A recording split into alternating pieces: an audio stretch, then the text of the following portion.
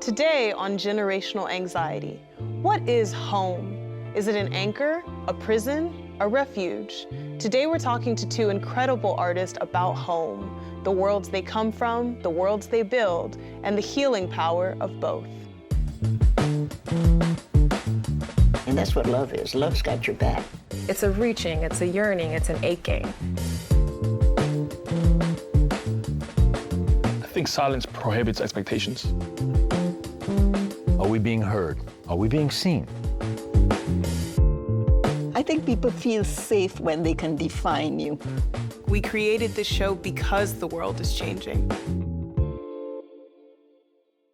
To call my first guest an accomplished writer would be an understatement. She's an award-winning author of a memoir and 10 novels, 4 of them selected as New York Times Editor's Choice, winner of the American Book Award, Hurston Wright Legacy Award, and co-founder of the National Black Writers Conference. She's a distinguished professor at Hunter College in the city of New York, hailing from the island of Trinidad. Please welcome Dr. Elizabeth Nunez. Thank you for being here today. Thank you, Bianca. My next guest is an award-winning Trinidadian-British filmmaker, writer, and organizer raised on the streets of London. His short film, A New England Document, world premiered at the Sheffield Documentary Festival in 2020 and has since been featured at several major film festivals and was even recently selected for the Criterion Collection. If that's not impressive enough, he's a recent graduate of Harvard University with a degree in anthropology, history, and literature. Plus, he's only 23. Please welcome Che Applewhaite. Thank you, Che, for being here today. Thank you for having me. Both of you are from the islands, specifically Trinidad, yet you're both a long way from home here in New York. So what is home for you? I'll start with you, Elizabeth. Oh, good. I thought you were going to start with the younger guest, you know? Age before beauty, is that it? Yeah, I've been away from Trinidad, that is to say, where I live. For many years. I came to the United States when I was 19. I came to get my first degree, went back home, so I'm using your word, went back home to Trinidad for a year, had a difficult time getting a job, and that's a whole different story. Came back for the usual, I don't know, I call myself an accidental immigrant because I didn't come for the usual reasons that an immigrant returns for economic reasons. Sure. I came following a romantic interest. Oh, I love that. Which didn't work out. So I haven't, I've continued to live in the United States since then. But I think we sometimes refer to ourselves as transnationals. That is, we go back and forth all the time. Right. I come from a family of 11. I have 5 brothers, 5 sisters. 5 of them are in the Caribbean, so it's just constant moving back and forth.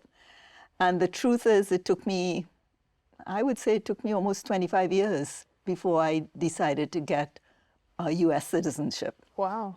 In those days, you could hold on to a green card forever, the permanent residency. You had everything except you couldn't vote.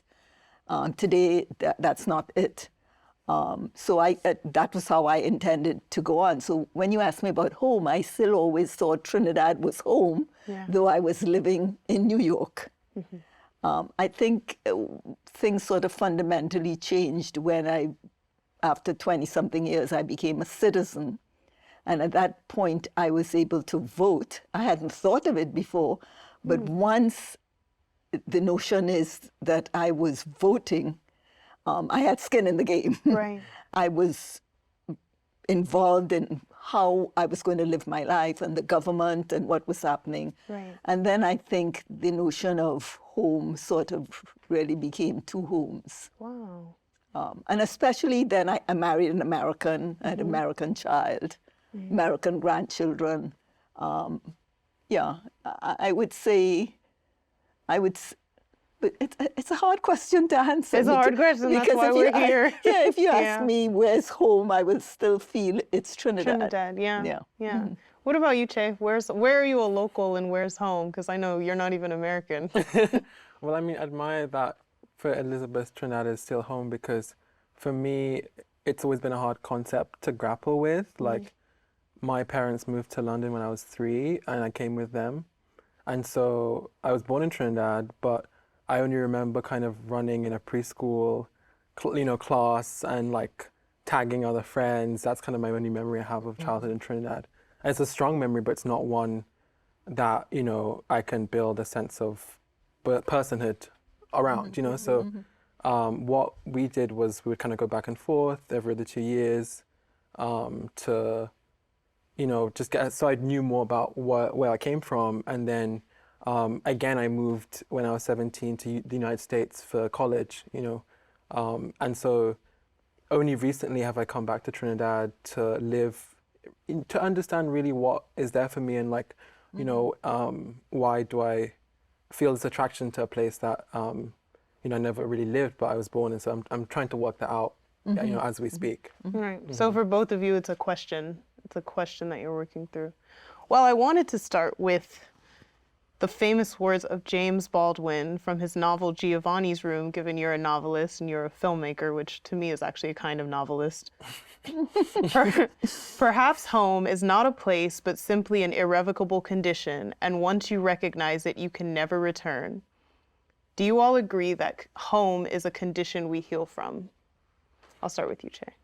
I mean, James Baldwin can be somewhat sensationalist in his writings at times, but I agree with the spirit of his statement that it's kind of a lifelong kind of burden you have to carry or even work through as someone who, like, say, is not considered like always like belonging in say a space of home, like especially as a Black queer person, right? So like I see in his history, in the 30s and 40s in Harlem, like the discomfort of that, right? For me, it's different now because I think we're living in a time where, Billy Porter said recently, like the change has already happened. Like queer people are being accepted, even in Trinidad, where the British really enforced homophobia for many, many years, and like it's become culturally ingrained. But young queer people are really trying to make space and are doing it, and so. I think there's a way that, I want to cast that burden off, actually, and like just speak clearly. And then but I mean, I love the Giovanni's Room, it kind of was like the book that was like, oh my God, like queer people have like internal lives. Right, like, right. Yeah. Well, there was a word that Che used that I think is pivotal, important, and that word was belong. The sense of belonging. Where do you belong? Right. And probably that helps you to decide where home is. Yeah. And I think that is a difficulty for those of us who have immigrated. I could see my son knowing where he belongs. For me, it's where do I belong? Because belonging has to do with the people you grew up with.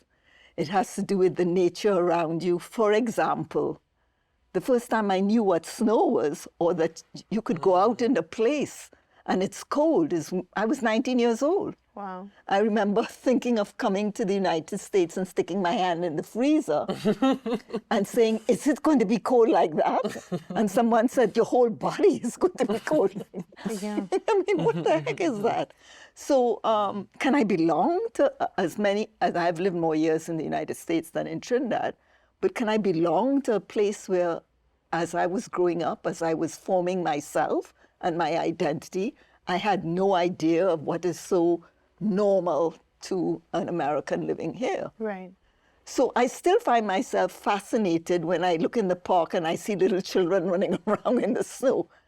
I mean, you'd think I'd be accustomed to that. I don't belong to that. Well, I think what's interesting about both of your work is that it does sort of ask this question, like, can America, or in your case, American educational institutions, like, can they be home? And I know that your latest work deals with that a lot, of people that are from elsewhere and they come here. And I think during the Trump presidency especially, a lot of people were asking, even me, who's a Black American, and comes from a lineage of Black American slavery, being like, is this ever really home? And can I belong to America? So how does that play into how you write your novels?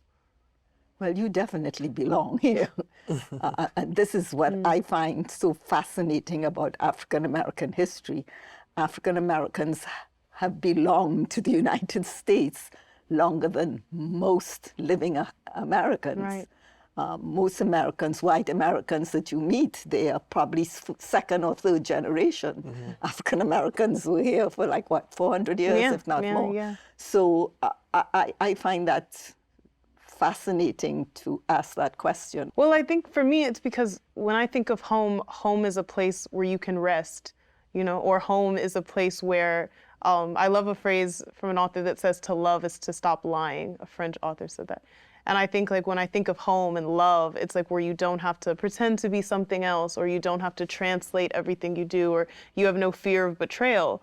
But the way that it is for a lot of Black Americans, you know, walking just out onto the street, you don't have that sense of rest. You don't have that sense of fearlessness. And when you get a political situation like what was happening in, you know, 2018, 2016, it's very difficult to feel a sense of just home. It's not like, oh, the trees are swaying and mangoes and, you know, the water. And I know that that's a very idyllic vision of the islands, but it's like we don't have that sense of peacefulness that I think home, the concept of home, is supposed to bring. So I think that that's where it comes from. But I want to talk about how that's reflected in your work, which I love, because in your books, there's this grounding in this place called Trinidad, and you sort of build that world. So can you talk about like what that process looks like, or how you find yourself back home through your novels? Well, first, many people think when they think of the Caribbean islands, they think that the people, the original people of the islands look like Che and look like me, and that's not true. Right. The original people for the Caribbean islands were Amerindians. So if you want to get the first genocide in the Western world, that happened along our chain of islands. Wow. You would probably have to go to Dominica, where you will see some Caribs, the remnants. So we were brought to the Caribbean. Africans were brought to the Caribbean to work on the plantations. Right.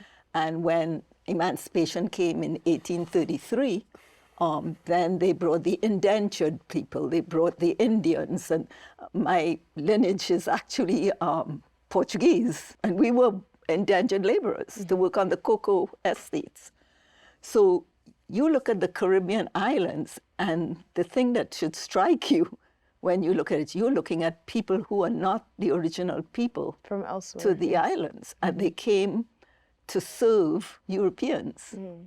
I think the difference I would make in between what you're saying and what I'm saying is that the Europeans, basically the English, they didn't want to belong to the islands. They had no desire to do that. So they came to create labor and money to send back to England. And they weren't buried on the islands. Right. They didn't have another generation there. They sent their children, and that's the difference with us. We belong in the sense that these are where we planted roots, but we were not the original people. Right. So what I want to say about what you said, which kind of made me a little sad actually, is that this is white America telling you you don't belong. This is somebody else saying to African Americans they don't belong. But that is such a foolish idea, because I think of one of my very close girlfriends who both parents came from Italy, and she believes she's solid American. She can fly that flag all over the place. But you can fly that flag 100 times more than she can. Yeah. In other words, this is your land. If I can say, as a Black Trinidadian, that Trinidad is my land and I was brought there to labor on it, you can say the same about me.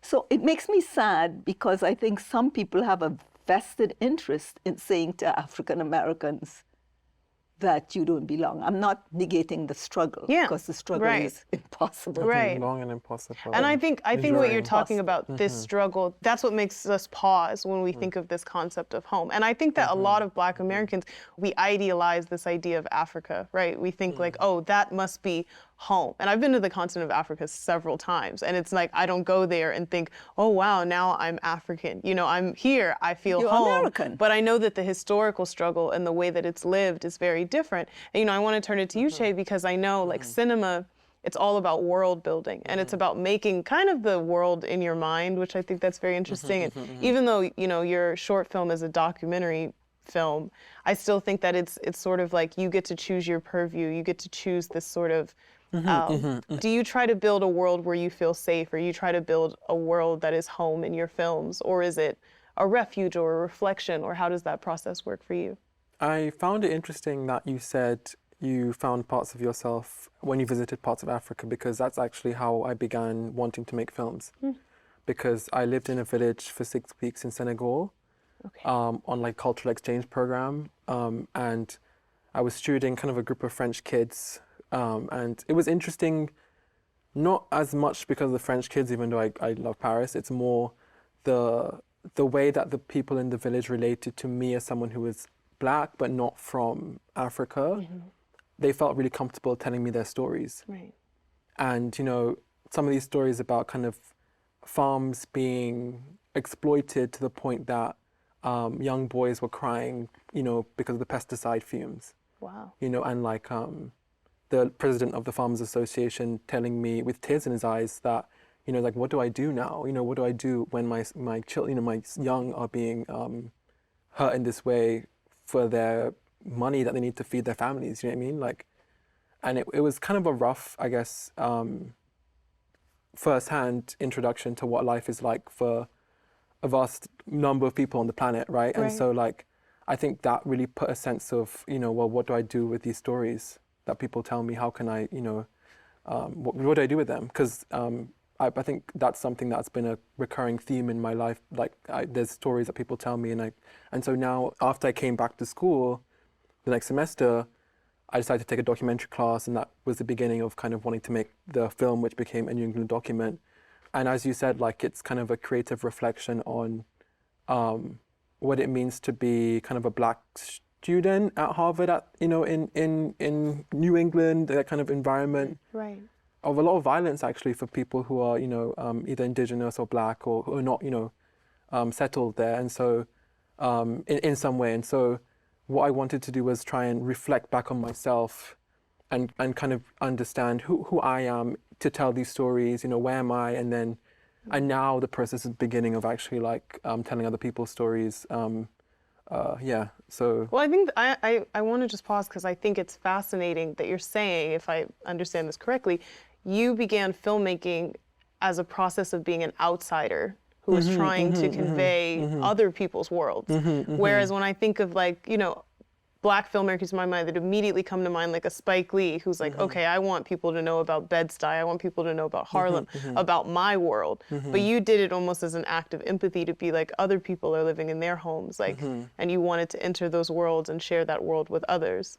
Because, you know, Blacklist is diverse, right? It's like, yeah, and so, like, yeah, and so I wanted to, like, I think, testify to that as well, you know what I mean? It's like, but there's also the, like, I see you, you know what I mean? Like, and so that's also super interesting, do you know what I mean? It's like, that's a lifelong worth of work, you know what I mean, that I want to make, you know what I mean? It's like, because there's so much in it. And so, like, yeah, that's why. I think that's interesting, because you think of it as like, this is an invitation into a home, right? Like, and I think of, actually, Elizabeth, when I think of your novels, I've always felt, you know, sort of like looking at the Caribbean as like an idyllic outsider and someone who goes there to vacation. And when I read one of your novels, it's like I felt like I'm being invited into this world that's like very secret, like the secret homes of women and, you know, lives of the elite and the workers and things like that. So do you think of that? Well, I think people have just such a narrow concept of the Caribbean. I mean,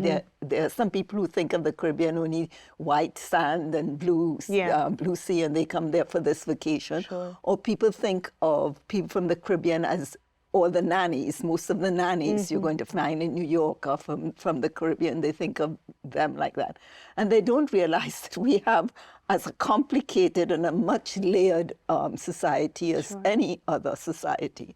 And so sometimes I won't be apologetic about this. I mean, I come from probably what you would call an upper middle class family in the Caribbean. And so I'm interacting, and I believe the same for you. And so I'm interacting with professionals, not as somebody from outside, but my relatives, my siblings. Right. And so when I write about these people, people think I'm not being authentic. And that's because they have a stereotypical view Right. of people from the Caribbean, or their stereotypical view of Black people. Right. But we are as complicated, and complex. So I think people feel safe when they can define you. And they define you from whatever the stereotype is, or from whatever they now see. So I tend to write about the people I know. Right. I tend to write about people in a certain social class. They are Black. The color of their skin does not define them. So they are not necessarily constantly talking about that. They're talking about the human condition. They're talking about things of love and of grief and of fear. And some people get disappointed about that in my novels.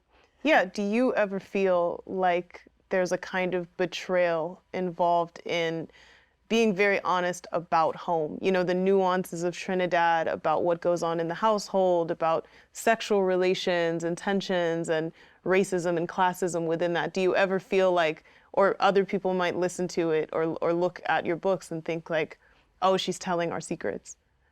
I feel like a lot of artists, they're involved in that kind of betrayal. Like, you have to be involved in that kind of betrayal. Well, my mentor was the African-American writer, John Oliver Killins. And he would say, you cannot be a writer unless you are willing to be stark naked at high noon in the town square.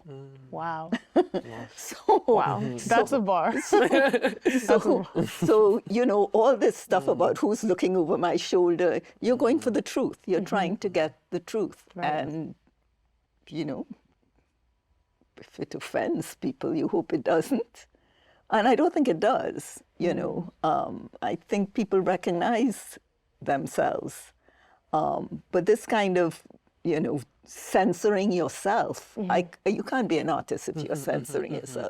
You can't be an artist. You can't, you know, not tell the truth. You know what I mean? Like, it's our job. Yeah. Or some people would be offended, or you like, you know, and obviously I think, and I don't know if this is true for you, Che, you're writing from something that comes deep within you. You're making up a story, an imaginary story, but Right. the feeling and the passion and the emotion is something close to you. So some people close to you would recognize you in your writing. Right, right. I remember I wrote a story about adultery, and the main character was a man from Africa, not me at all. Right. And my mother kept following me all over the place and saying, I know who that is. I know that. Yeah.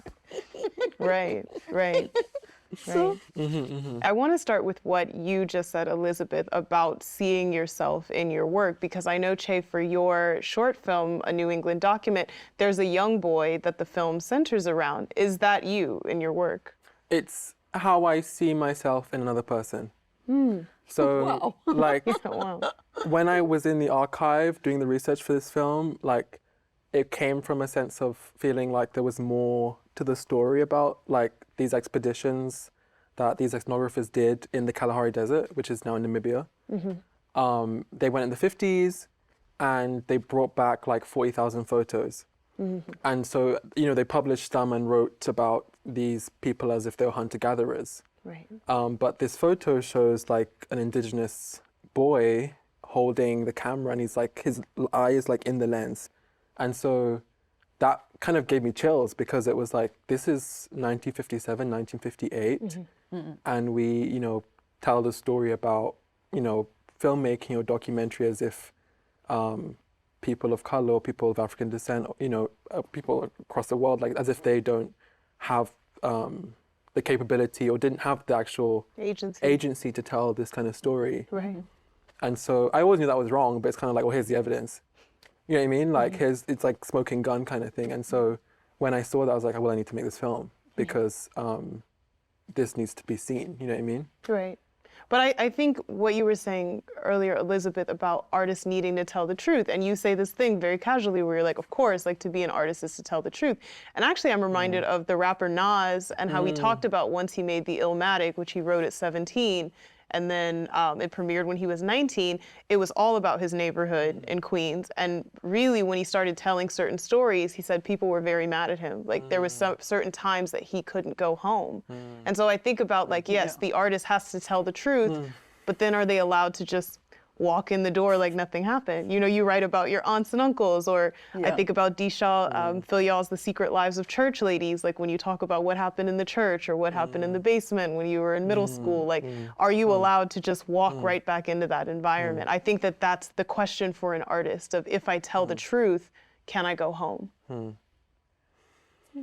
Well, I'm not sure you'd be much of an artist if you let that question bother you. And this may not be a fair thing for me to say. Say it anyway. Get the letters. I think there's a difference within a small t, lowercase t for truth, and an uppercase T for truth. I think the unfair thing I'm about to say, which I probably get criticized for, I think people writing nonfiction have to be diligent about that small t truth. In other words, the things that actually happened. So they are recording what actually happened.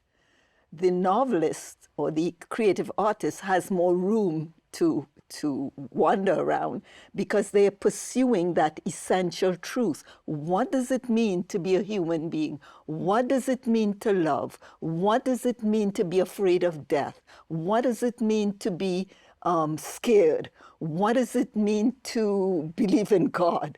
What does it mean to those things that make us human? Right. Now, you create a story around that. You create characters, you create a world or whatever, and let your characters play around that. But what you're really pursuing is the answer to that question.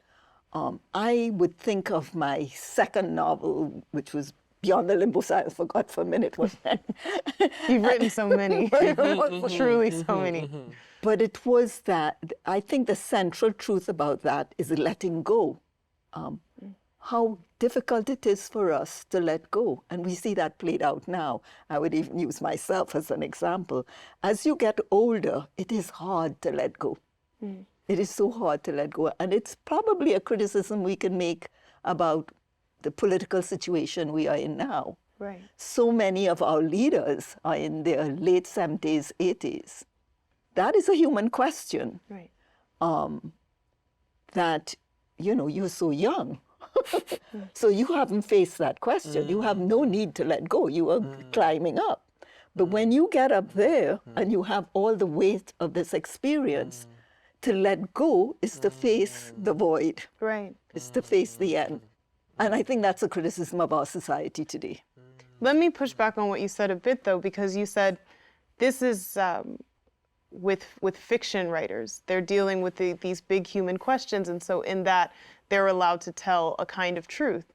But I think that the difficulty with fiction, and this also comes up a lot with filmmaking, is that are you going to tell the story people need to hear, or a story that needs to be told, or are you going to tell the story that people want to hear? And I think a lot of the reason why I take problem with some modern fiction, or like the Marvel films, or these sort of big name cinematic projects, is because they're selling people a fantasy that they already desire and confirm a world that they already know, versus a kind of fiction when you think about Toni Morrison or these other things, it's to say like, I'm going to show you a world that you might want to look away from, that might scare you, that you might not feel comfortable or at home in, so to speak, but I'm going to do it anyway. And I feel like young artists, sometimes we're afraid to take that risk. And maybe Che, you could speak to that. Like, we want to make people comfortable and at home in the fantasies we create because we don't want to disturb them. Oh, And that's a big statement. I don't think that's what I want to do as an artist. I mean, I think some people might, I mean, you know. It makes money. It's for them. Like, Yeah. but I think for me, in terms of the source of the work, and this is independent of money, it's more, how do I kind of really show that the truth I see in someone else, how can I reflect that back to someone so that they can take that into their own life and their own world, you know? That's really it, you know? And for me, it's also a question of in some way spirit, like, you know, like things actually can't be seen even in a movie screen. It's like, how can someone actually access a part of that through, you know, something that I'm showing to them? Because that is where, for me, I think, going back to your question on healing can arise from, you know what I mean? From connecting with spirit in that way. And so, and it's interesting because, like, when I was reading an Elizabeth novel, Prospera's Daughter, there's this character, Carlos, and you talk about how in the Caribbean to, like, kind of have a voice, you study big books growing up, you know, from a young age, you read widely, and that's the way of getting out. You know, that was the way of getting out in the 50s, but it still actually is, you know, the way of getting, you know, getting out to, and what I understand it as, to become a voice of your own, you know what I mean? And I was lucky that my parents moved me at a young age, so I didn't have to work in the way that people maybe like you would have had to work to get their voice heard outside. But once there's a way that you can access that in you, there's the kind of spirit that is now unleashed, you know what I mean, into the world. And so, like, I think of it also as a question of, like, not just like whose voice is being heard, because everyone has a voice. It's not just how can I phrase this properly? Like, it's not just a question of, like, having a voice because everyone has a voice. It's like, how is that voice going to be heard by the people who will, you know, take it forward? If that makes sense, right? Yeah. And I think that's what you were really honing in on, and I connected with that, yeah. Right. And I kind of want to transition into your work because I know so much of the plot actually deals with the household and the position of women in the household. Is the household a prison for women in your books? Well, I wouldn't probably use the word prison. I would say there are so many limitations put on the women. And Che may or may not agree with me on this, but I think in the Caribbean, there's still a sort of a macho vibe in the Caribbean. And there are some kinds of limitations on what you can be. And I did say that I came to the United States in pursuit of a romantic interest. But I would say that I left Trinidad because I felt I was going to be locked in to this idea that I was going to be a wife, I was going to have children, I was going to keep the house in a certain way, and that I didn't want. I mean, I wanted to explore what was in my head. Was I capable of doing something? And actually, I have this vision. My brothers, my parents felt my brothers should go into science, they should get higher degrees and so on, but they didn't pay too much attention to me. And I remember my father coming to my graduation at NYU when I got a PhD. That was many, many years. You weren't even born yet. And I have this picture of him just sitting down, staring at me in total disbelief. Total disbelief. And my father was a very intelligent man. Why? Because he could not conceive of that. So this is where I think my writing helped me, because I lived inside of myself. Wow. So regardless of what they thought, my imagination was creating a world for me. So you were at home in your mind. I was up, absolutely. I always, and thank God to this day, have a life of the mind. And it's a very vibrant, fulfilling. I would advocate it for anyone. Right. And I had it from a little child. And so I didn't care what they said, but yes, in that sense, yes, in that sense of a prison. And as soon as I got outside, and what's so wonderful about America, honestly, that freedom that Americans take for granted, that ability to get up and say, I am going to wear whatever I want down the street, and I'm going to say whatever I want. And well, actually, you know, this is very ironic, and I just want to, you know, pause here for a second, because you came to America so that you can effectively be a writer and be an artist, but you sort of had to leave America to become a filmmaker and an artist, because you told me, and you can kind of talk about it, like when you finished at Harvard, and congratulations, by the way, we're fresh out of that. Amazing. Yeah, it's an amazing accomplishment. You returned to Trinidad to talk about healing, as a return so that you could make a new kind of art. So can you tell us about that? Because I think that generational difference and that, gender difference is very striking. Yeah, I mean, I don't want to downplay the difficulties that women go through. Thank you. In trying to, Yeah. make their way in the world as an intellectual, as an author. You know what I mean? Because one of my aunts, trained to be an artist. She's a teacher. She's someone I think could have pursued a life of the mind, and wasn't able to. Wow. And so it gives me pause because I see it, right? Yes. And I love them very deeply because the care that they have been able to provide me when I came back from university really allowed me to find myself again. Wow. Because as you were saying, like once I graduated, I had a lot of anxiety, no pun intended, and it was difficult. I think for a good probably like year and a half, I was like in the throes of anxiety. But for a while, you don't realize it. Like you just think, oh, this is just like how things are. I guess I just have to meditate more today. I have to do this more, And then it becomes a point where even those things don't work.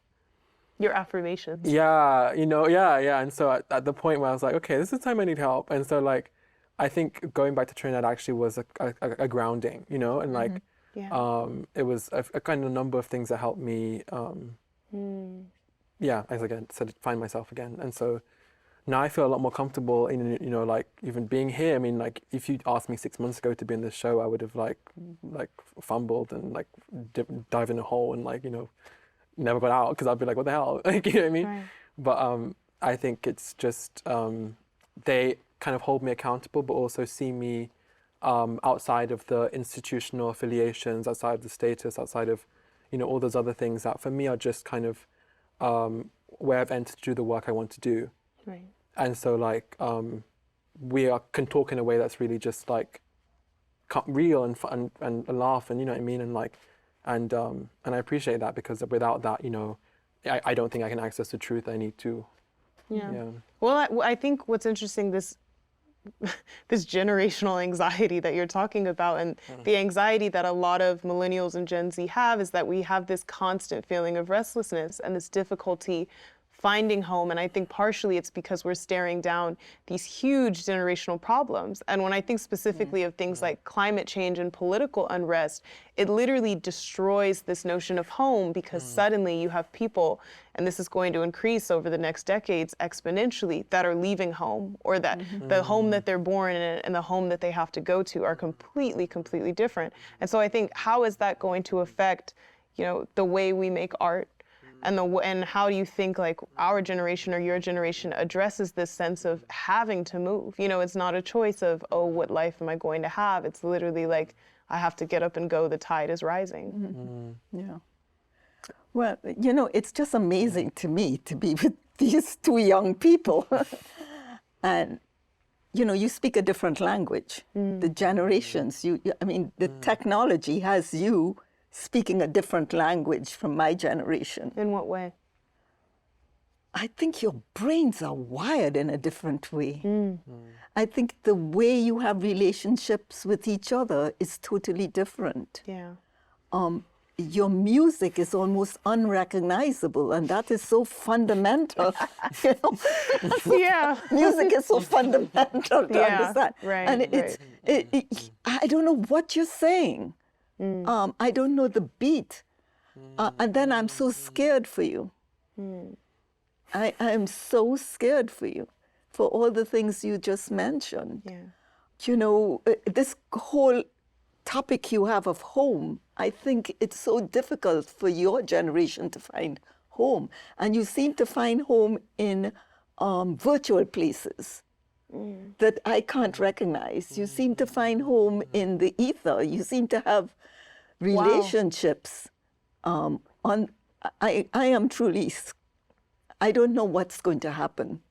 I actually did an interview where a young Mexican climate change activist, she was around 18 years old, and she said, for my generation, she's talking about Gen Z, social media is my country. Yeah. And I think that was actually even I'm Gen Z millennial cusp. Just for the record, I'm 1996 and I'm exactly Gen Z millennial cusp, and I could not relate to that at all. I did not come up, I was not socialized completely through social media, and I didn't grow up in a completely analog world, but just the digital era I grew up in, it wasn't where I felt my citizenship, my location, my ethics, my values, I've gleaned from the internet. And so I don't feel at home in that world nearly as much as even someone that's, 2-3 years my junior might. And so I think actually, we should speak to that conversation of why people feel so at home on the internet and literally nowhere else. Especially, I think Nikki Giovanni put it best. She said, your generation had the front porch and a world of the front porch, and that world is gone. Yeah. Well, our front porch is like the Instagram stories. It's kind of what? Instagram stories. Oh, yeah. It's like, you have 24 hours, you see it and it goes kind of thing, And like, it's funny because I'm not, I would say, that really into social media. So even the difference between us, I see the difference between me and my cousin who's like 16. Wow. And, she will post every day, maybe like a few hours every day of like, I got a new haircut. I like saw this like, car drive down the street. Like, she's very smart, don't get me wrong, but it's just the way that everything that she sees is like something that is worthy of publishing. You know what I mean? Like, wow. Yeah, there's no private. Yeah. Actually, that's a huge thing. Our which is interesting, which to me is very interesting. Yes. To me, it's just very Yes. interesting. I'm like very It curious is. about that. Do you know what I mean? Like, what does that do to her sense of self? You know what I mean? Like, what is that doing to how people see each other? Do you know what I mean? Like, what does that do to Yeah. the concept of home when you have a private realm? Like, I know when I was growing up and I grew up in the South, the home was something where it's as soon as you stepped outside, my mom would be like, we're in public now. And that meant a different set of behaviors, a different set of assumptions, what it meant to be a stranger was very different, and public versus private. But when you have your whole life on social media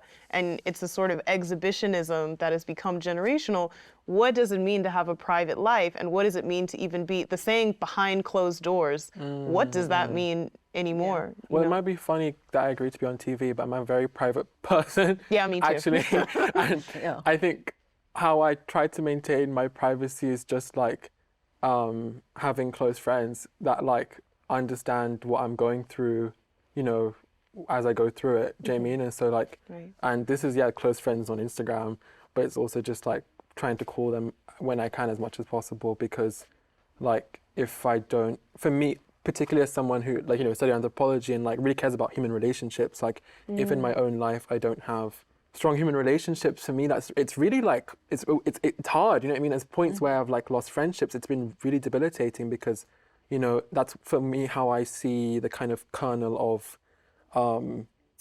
of finding myself is actually being able to be listened to, you know what I mean? Right. Yeah. And I know you said, Elizabeth, that our generation finds home in a virtual world. And I mean, to a certain extent, for me, it's not necessarily a pejorative, right? Because whereas your generation, it might be your neighbors and the mailman and the person down the street, like that is how you kind of recognize home. Like you say, this is my neighborhood, this is where I live. But for me, my closest friends are around the world. Like one of my best friends is in Dallas, one is in Atlanta, one's in Tampa, one's in London.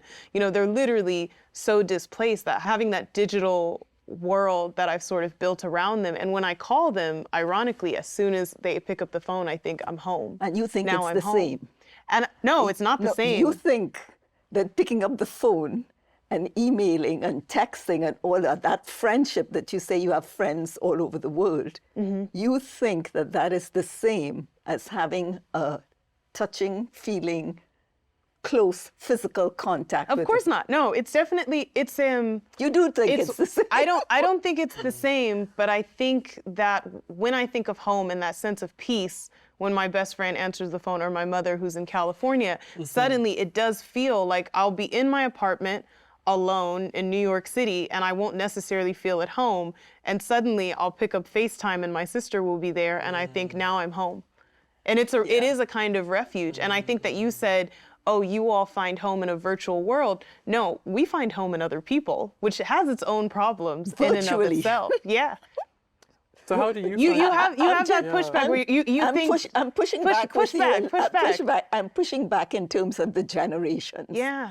that is the way you see the world. Yeah. That is the way Are you have- saying that it's not real? No, I'm not saying it's not Yeah. real. I'm saying that's the divide between us. Yeah. That is the thing that my generation cannot understand. That you feel that you say, I pick up the phone, I'm right there, I'm with my mother, or I text somebody, or I email or whatever, and you feel that you have the friendships and you have at home. And I'm not making a Value judgment. value Yeah, judgment of it. I'm just saying it is the difference Right. between us. Yeah. It is the gap between us that is hard to understand. It's hard for us ourselves to understand, and But you I are think home during with it. You are home. Well, we have to think about the pandemic, for example. Like home, immediately for everyone, the same way work was completely transformed in an instant. Because if you can't go home, a lot of people physically, it was like they were across the world or they were on a work trip, and suddenly you can't go home. Some people for months, some people for years. I was at the Harvard graduation because my younger sister was also in your class.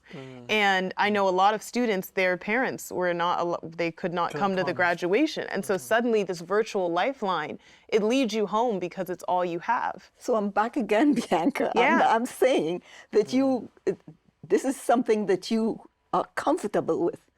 No, makes- it's deeply uncomfortable. And it's anxiety inducing. It's anxiety-inducing, It's yeah. anxiety inducing. So it's can not I use comfortable. another word? It's acceptable. I'm just saying that it is the gap. It's the generational gap. Yeah.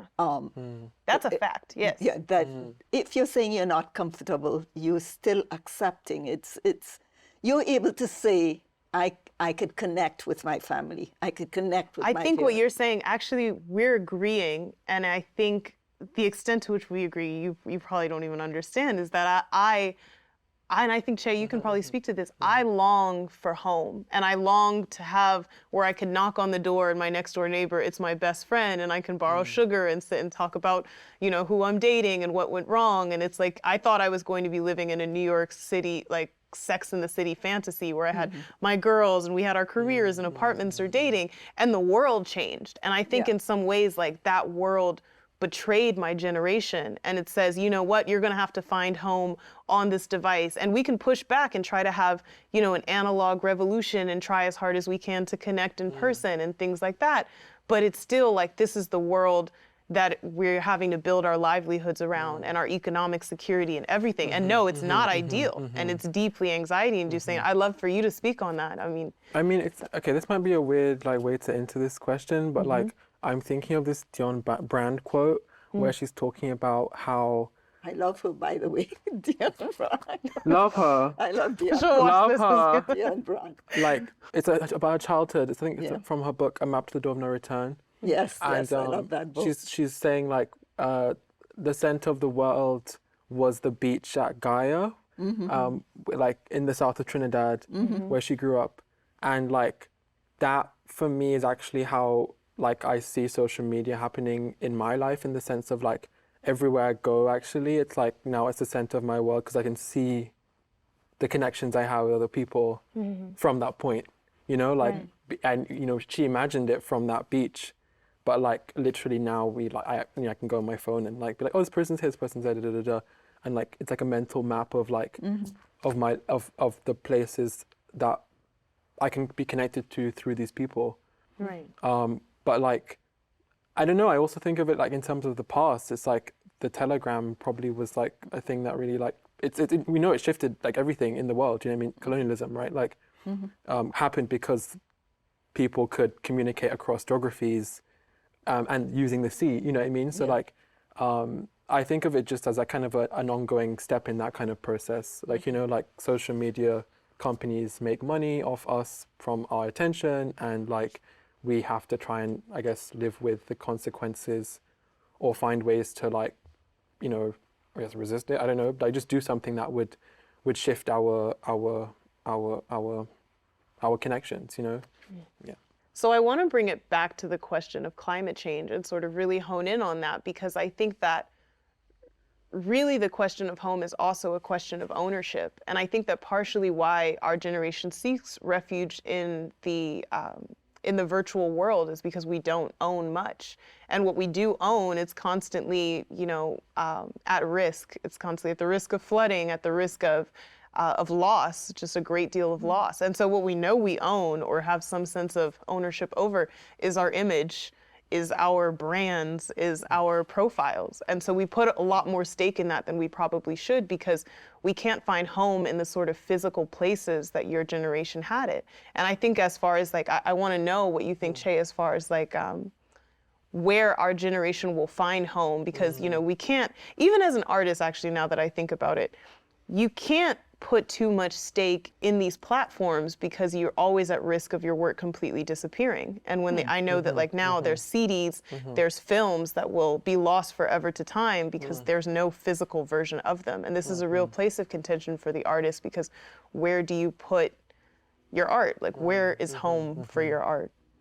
I know yours is on Criterion Collection, so you're fine. I mean, I'm grateful every day. Yeah. Because like, you know, having an institution have your work it's at least some kind of endorsement that I will survive for some time, you know, like I don't know how long, right? But I'm grateful for that. I don't know, in terms of like how I find like a sense of peace or belonging, I think it's like difficult compared to, say, your generation, where like, you know, you don't, I guess, the engagement with social media you don't have to have, you know, to live your life, you know, like. For you? I do need to engage with it to live my life as an artist, you know, nowadays, to just, you know, get my work out there and like, and it's a way of articulating myself and defining myself, you know, which I like, but also it's like, you know, there comes both benefits and disadvantages, you know what I mean? Like, I have to be checking this thing every day. I have to be like, you know, really attend, like to the point of now attending to which messages maybe I forgot to reply to, you know what I mean? And like going, you know, it's like, it's work for me, but I take it on as the kind of conditions of trying to be able to say what I want to say in the world, you know, and like, that's how I relate to it. But I know if it's like, for most, like, I think of my friends, it can be really like daunting to feel like you have to like be posting your whole life every day, because then like, if that's not a good day, what do I post? Right. You know what I mean? There's always this kind of like equation, yeah. And I want to even sort of rephrase it. I feel like your generation has the privilege as artists of knowing where your work lives, because you know that if someone buys a physical book and it's on the bookshelf, that's where it lives. My generation, when everything is stored on a cloud, or it's on Amazon, or it's on a streaming service, you know, one day it could be pulled off and no one ever see it again. And I think that when you have that home for your work, that sense of safety and that sense of ownership, it's something very prized. Yeah, you're making a very good point there, and widening that generational gap for me. Yeah, I mean, you guys are in uncharted waters. You really are, because this technological age is very recent. Right. I mean, it's just happened, and it happened overnight. And it's taken such, for just what you just said, that your work could disappear. My books are not going to disappear. Right. And thank God for that. Yeah. Then they get eroded, but whatever. But I also think that governments have a responsibility. And I think this is probably what your generation is having to deal with, that governments are not taking responsibility. Canada does this better than the United States, but we don't have a way to, I mean, artists need patrons, because for you to do your work as an artist, you need loads of time. And money. Yes, but this money should be provided by foundations and governments. Right, right. I mean, this is going to make me sound like I come from the Ice Age, but it's not exactly the Ice Age. But a writer like Shakespeare could not have existed unless he had a patron. Could not have existed. Somebody was paying for him to take chances, to take the risk, and to do his work. Right. And actually, this is what universities do. Universities are supposed to, in a way, protect the artists in that way, give the artists space. But governments should do it. Right. And that I cannot understand. And that is a difference between my generation and yours. Governments don't seem to see the need to do that. Right. You're constantly on this this. We're searching for support. We're searching Searching for constantly. support, which you shouldn't be. You don't have And a place where your work can live. And I think that that's something that you can probably speak to, Che, about young artists and talk about is like, how do you find a place, a proper place that's like, you know, not necessarily free, but with less exploitation where you can say, my work is safe here. You know, if it's not a bookstore, if it's not a poetry bar, if these places disappear and it is all the virtual world, where do we put our work? And how do you deal with that as a filmmaker of where your work will live? I mean, it's an active question. Like, it's a question that I've actually decided to become part of the work, in the sense of ask the questions of what kind of, you know, institutions or places do we need to create the work, and actually be part of that now. Because it's like, as a Black artist, it's like there's already the problem of your work being seen as marginal, right? Yeah. And so it's like, no, it's not marginal. Like, we've known this, like, that's been said, right? 30 years, like, it's been said. You know, I'm not going to say that, it's been said. So it's like, now it's like, okay, but actually, how does the work get supported to the extent that it can become, you know, a body of work and not just a flash in the pan? That's often the problem for young filmmakers of color, where they get to their first feature film, but they actually can't create their second or their third. Right. You know, and so it's a real issue, and there's things that have been set up to try and alleviate that in the US. But when we think about, you know, filmmakers like me who work internationally, because the stories and the topics that we deal with are international topics and like our international histories, how does that get the kind of support that it deserves to like just stay truthful? Yeah. So as I said earlier in the episode, I believe that home is where you rest, and home is where you can find healing, where you can find love. And I know that this generation, my generation, deals with a great sense of restlessness, as we talked about. So I think that I just want to end on a note of, where do you all find home? Like, in your work, is it a place? Is it a feeling? Is it a promise? Is it a dream? Where do you find home, Elizabeth? in my mind, in my head.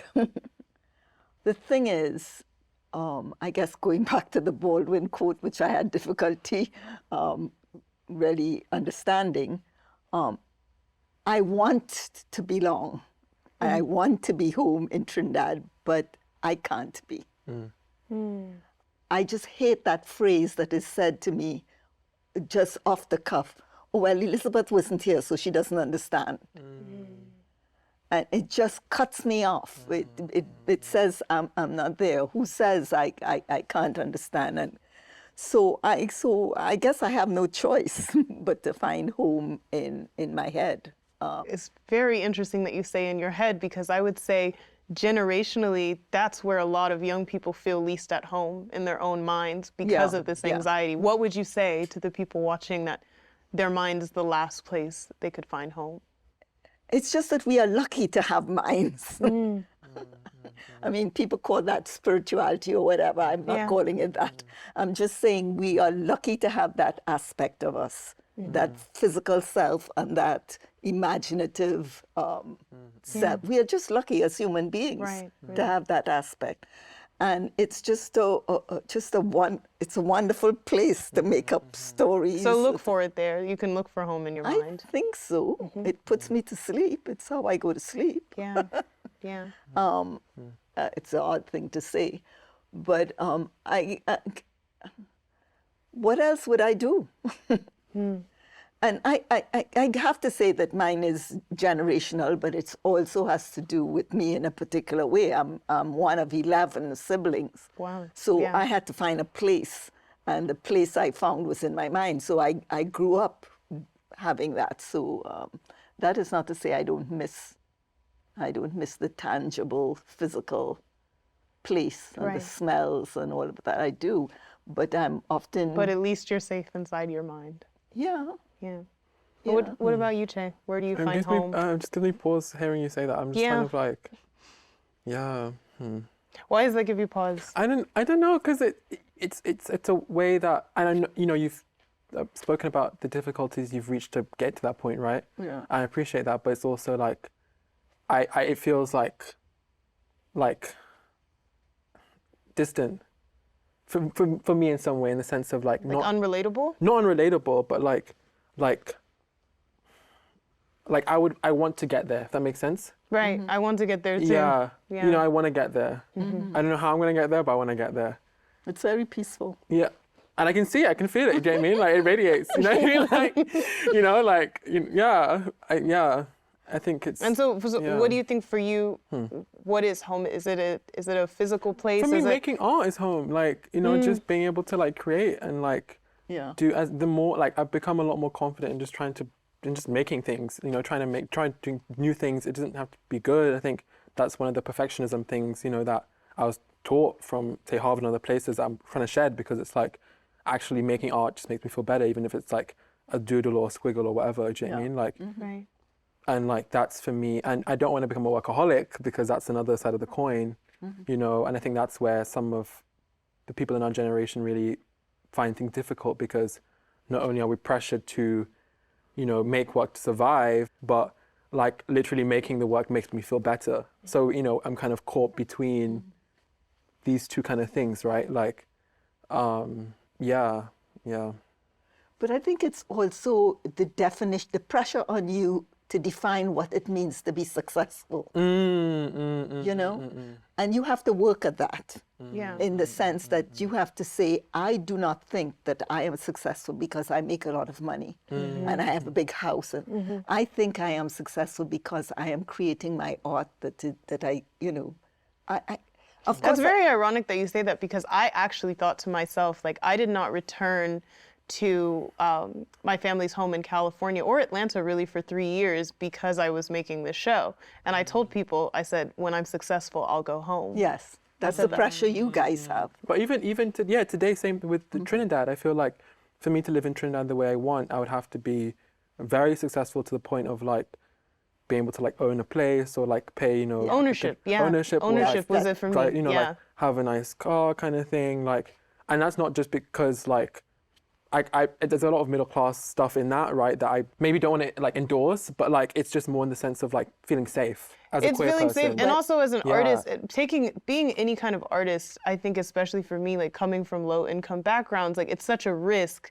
that you don't want to come home empty-handed, right? So as an artist, you say, I'm not coming home until I have something to show for all that they've sacrificed this for journey, you. for the sacrifice. Yeah, for the sacrifice. Like my great grandfather, he was a descendant of indentured laborers in Trinidad, and was lucky to find land in Cascade that is still in the family. They built like a house of lapis, like mud and straw, 70 years ago, and now it's like, a brick and mortar place.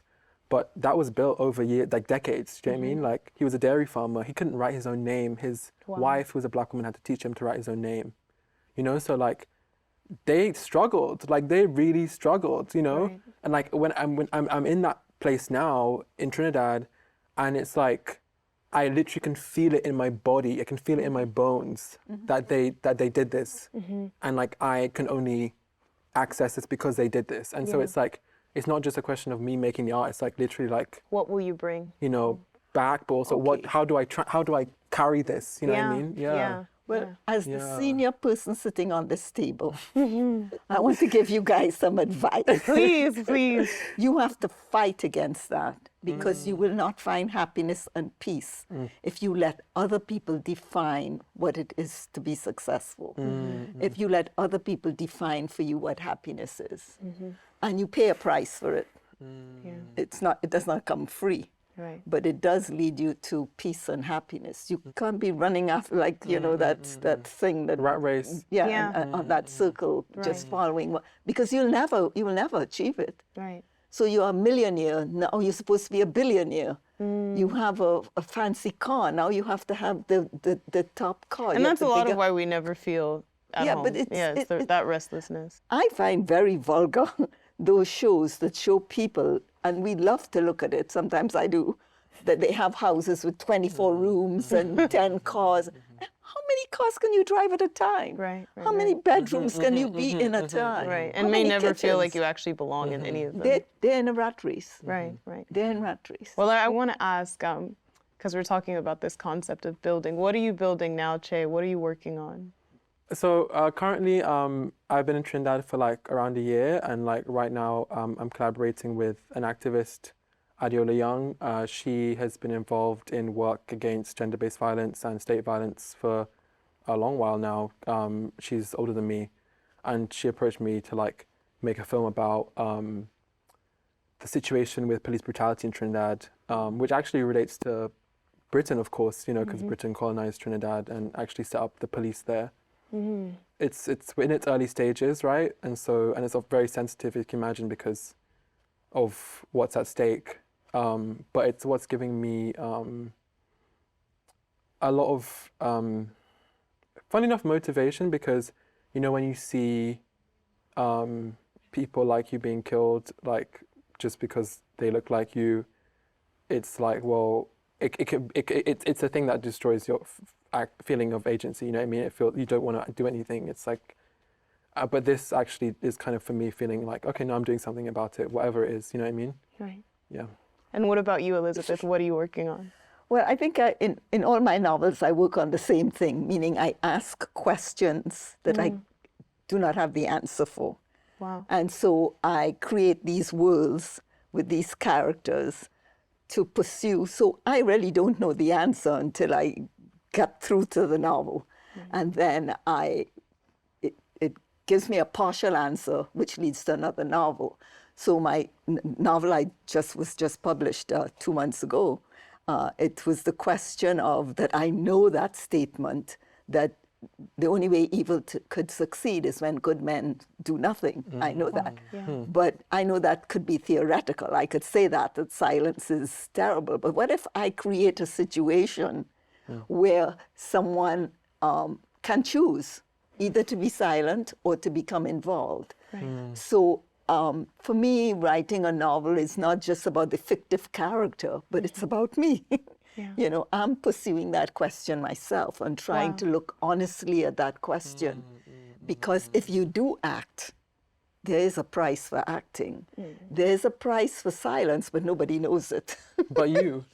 Yes. But the person, right? Yes. Yeah. The only person who knows the silence is the person who stayed silent. The person who gets involved is taking kinds of risk. And so all my novels, I'm doing that.